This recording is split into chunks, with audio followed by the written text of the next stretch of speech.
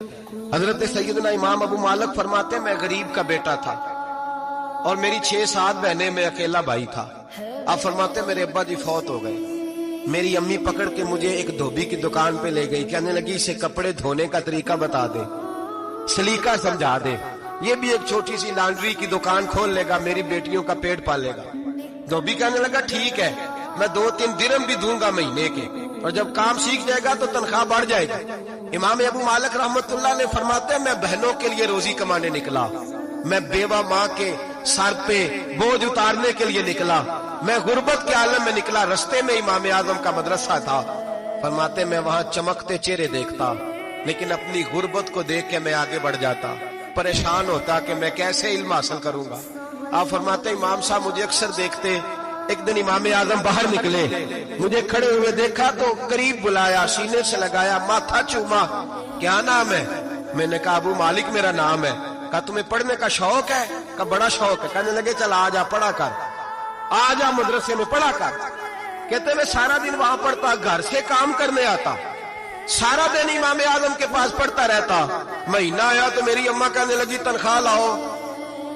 میں نے کہا امی جی تنخواہ تو وہ دے گا جو ڈیوٹی پہ جاتا ہو، میں تو پڑھنے جاتا ہوں۔ کہتے اماں گھر سے نکلی اور بڑے غصے کے ساتھ نکلی، کہنے لگی مولوی نے میرا بچہ خراب کر دیا، میرا بچہ خراب کر دیا، میں کام پہ بھیجتی تھی، اس نے کس چکر میں ڈال دیا، مسلوں سے بھی کبھی پیٹ بھرا ہے، کام بھی تو کرنے چاہیے نا۔ کہتے امام اعظم کے سامنے کھڑی ہوئی، امام صاحب بڑے امیر کبیر آدمی، اربوں خربوں پتی تھی، اور پھر اتنے بڑے عالم فقیر، سارا بغداد، سارا کوفہ، سارا مصر سلوٹ کرتا ہے۔ بی بی آئی اور تیز جملے، عورتوں کا طریقہ ہوتا ہے، کہنے لگی مولوی تیری سفید داڑھی، تیرا اتنا نام، تجھے خیال ہی نہیں آیا، میں بیوہ عورت ہوں، تو نے میرا بچہ خراب کر ڈالا، میری یتیم بچیاں روٹی کہاں سے کھائیں گی، مسلوں سے بھی کبھی پیٹ بھرا ہے۔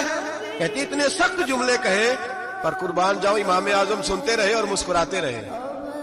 کہنے لگے میری غلطی ہے، میری غلطی ہے، میری غلطی ہے، بی بی بھول گیا تھا، غلطی ہو گئی۔ بی بی کہتے رہی، امام صاحب سنتے رہے۔ جب غصہ اتر گیا تو کہنے لگے اماں تیرا غصہ اتر گیا ہے؟ اتر گیا ہے۔ کہنے لگے تیرا بیٹا بڑا نیک ہے، تیرا بیٹا بڑا لائق ہے، تو اسے پڑھنے دے۔ کہنے لگے چپ کر بے مولوی، یہ پڑھے گا تو میں روٹی کہاں سے کھاؤں گی۔ امام صاحب کہنے لگے مجھے بتائے گی تیرے گھر کا خرچہ کتنا ہے؟